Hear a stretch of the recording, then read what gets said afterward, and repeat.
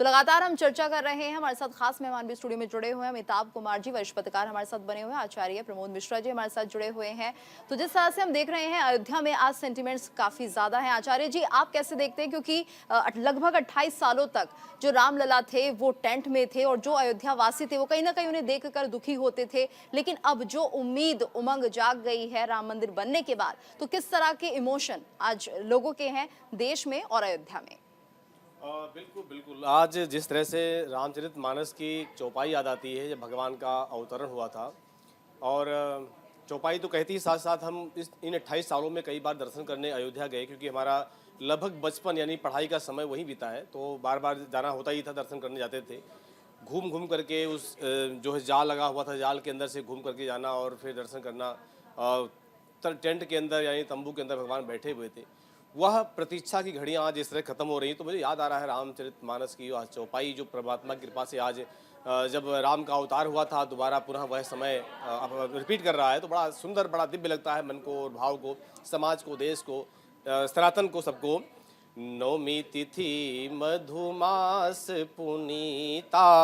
शुक्ल पक्ष अभिजित हरि प्रीता, मध्य दिवस अरुषित न घामा,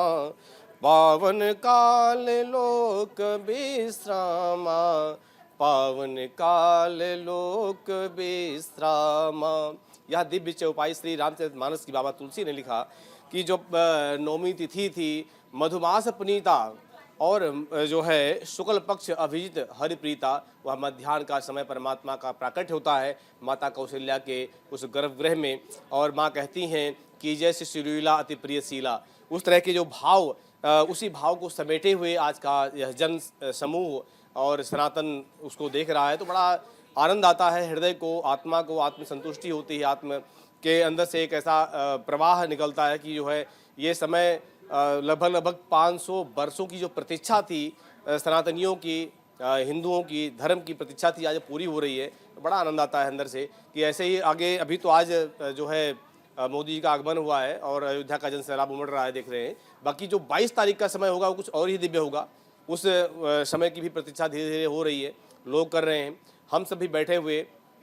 प्रार्थना अपने लोगों से, सनातनियों से करें कि आप जहाँ भी हैं, जिस तरह से हैं, इस दिव्य दिन का जो है आप दीप के माध्यम से, धर्म के माध्यम से, राम नाम के जप के माध्यम से इसका स्वागत करें, सम्मान करें, क्योंकि अभी आने वाले भविष्य में कुछ और ही होने वाला है। उन सप्तपुरियों में से जो प्रथम पुरी अयोध्या है, उसके माध्यम से कुछ और ही जन जागृति होने वाली है, धर्म की किस तरह से स्थापना होने वाली है। क्योंकि हर जैसे विक्रम संवत से पहले युधिष्ठिर संवत था, शायद जानकारी हो आप लोगों को, तो युधिष्ठिर संवत था जब धर्मराज युधिष्ठिर थे। आज पुनः 2080 वर्ष पहले विक्रमादित्य ने धर्म की स्थापना की गुप्तार घाट अयोध्या में, तो हो गया विक्रम संवत। पुनः एक नए संवत की शुरुआत